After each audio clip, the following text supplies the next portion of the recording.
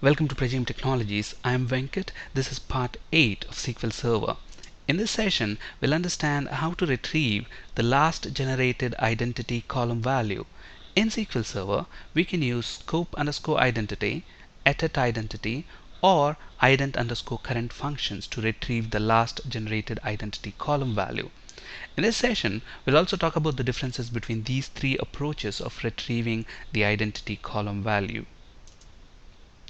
Now, if you haven't watched part 7 of this video series, I strongly encourage you to do so before continuing with this session. Now let's create two different tables. So let's say I have a table called create table test1.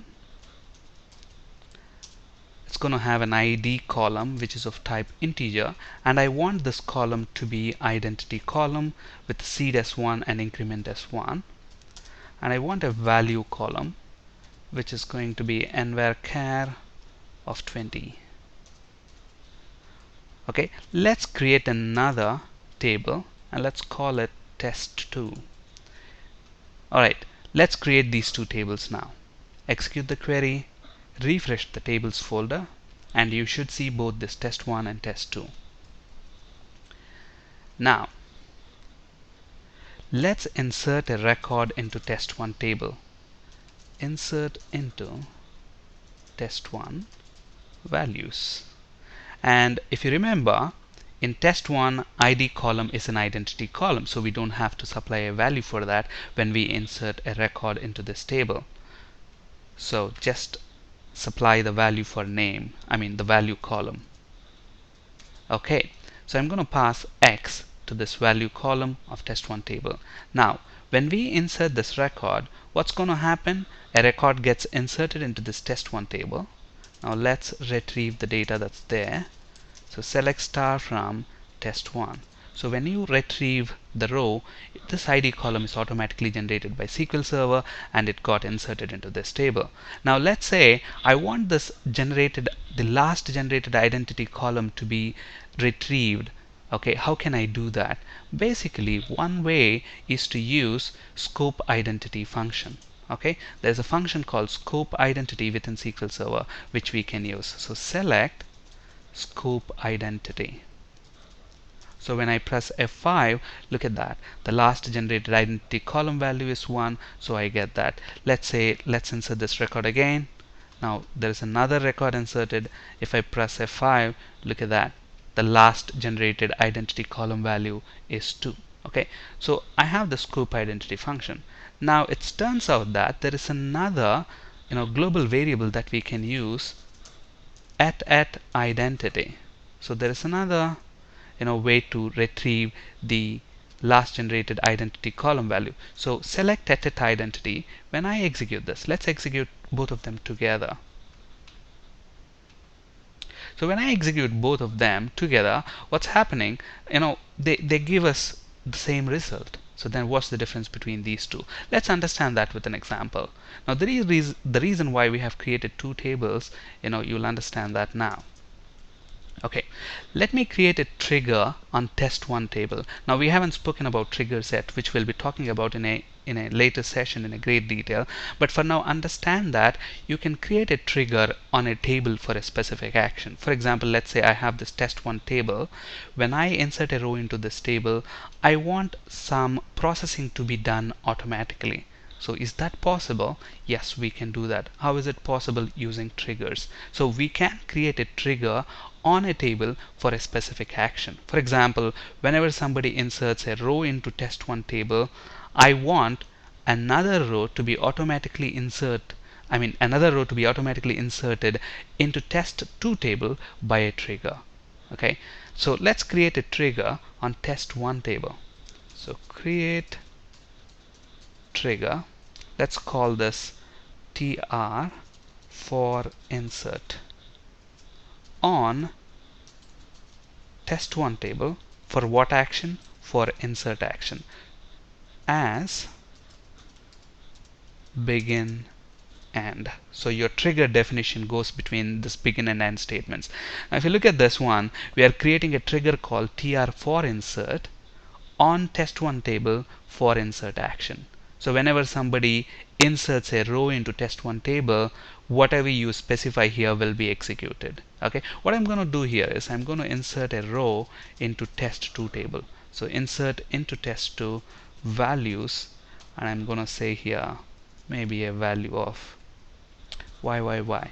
Now if you remember, in test2 again we have an ID column and value column, and ID is an identity column. Okay, so let's create this trigger and execute this. Okay, so we have now test1 and test2 tables. And if you remember, on test1 table we have an insert trigger as well. So let's select and see what's the current state of the data. In test1 record we have in test1 table we have 2 records. In test2 table we don't have any records. Now when I execute this insert statement, what's going to happen? This trigger is also going to get fired. So this trigger now will insert a record into test2 table. So now when we execute this insert query, there are 2 rows that are going to be inserted. One row into test1 table, another row by the trigger into test2 table. Okay, and then once we do that, let's take these two. Okay, let's insert the value first. So when I press F5, look at that, you get this message, one row affected twice. That's because one for this insert statement and one for the trigger itself. So now when we execute these two, look at the result. Okay, scope identity gave me number 3, whereas attach identity gave me number 1. Now let's execute. Okay, so 3 is from test1 table, 1 is from test2 table. Okay, so what's the difference between scope identity and attach identity? Now the similarity is both of them returns the last generated value.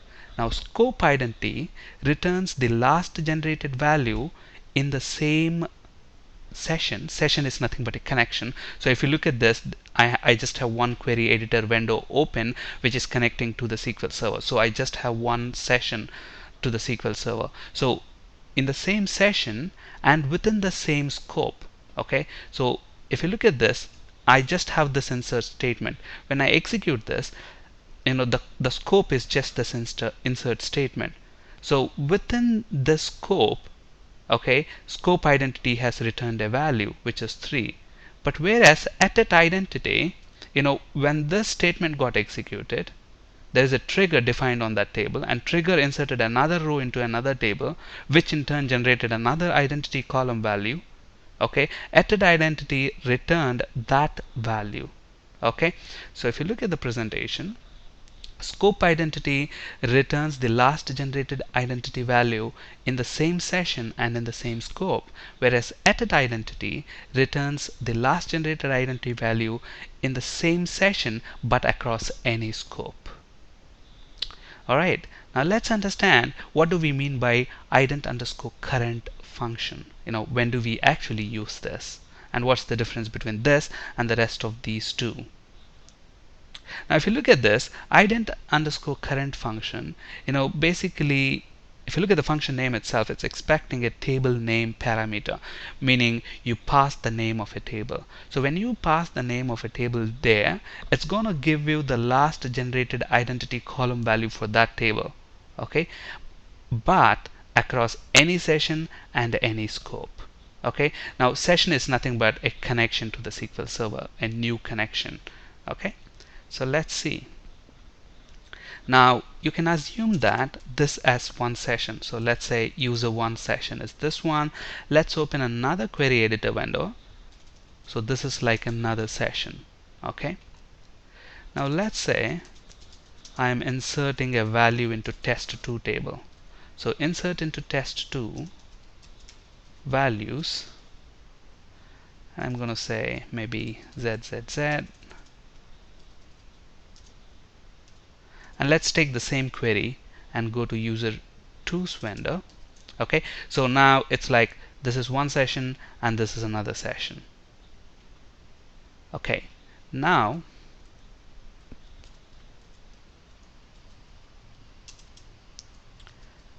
let's say select ident underscore current function, and look at this function expects a table name. The IntelliSense shows that you need to pass in the table name parameter here. So let's pass the table name, which is nothing but test2. Alright, so let's execute this query. So insert into test2, okay, and we are executing that in user 1's connection. So execute that. Let's go to user 2 session and execute this one.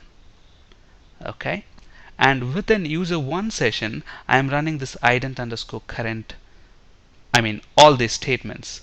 Okay, let's run them and then we'll understand.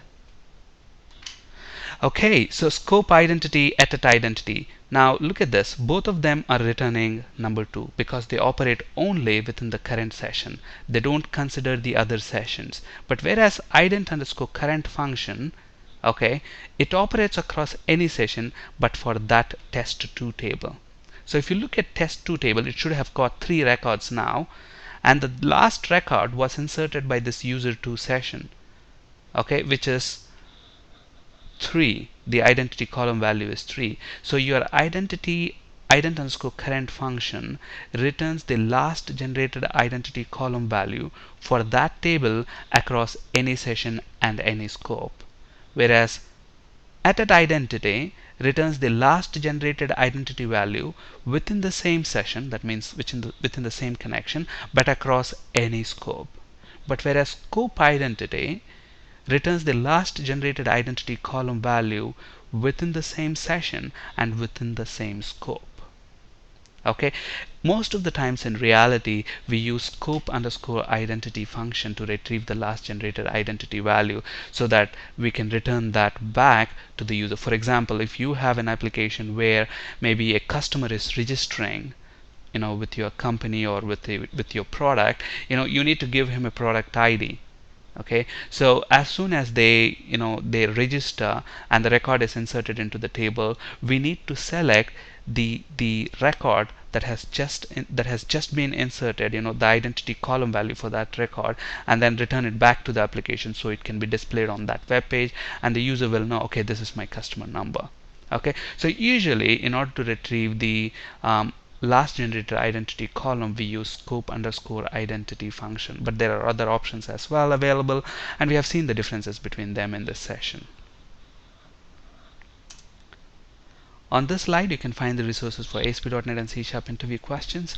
That's it for today. Thank you for listening. Have a great day.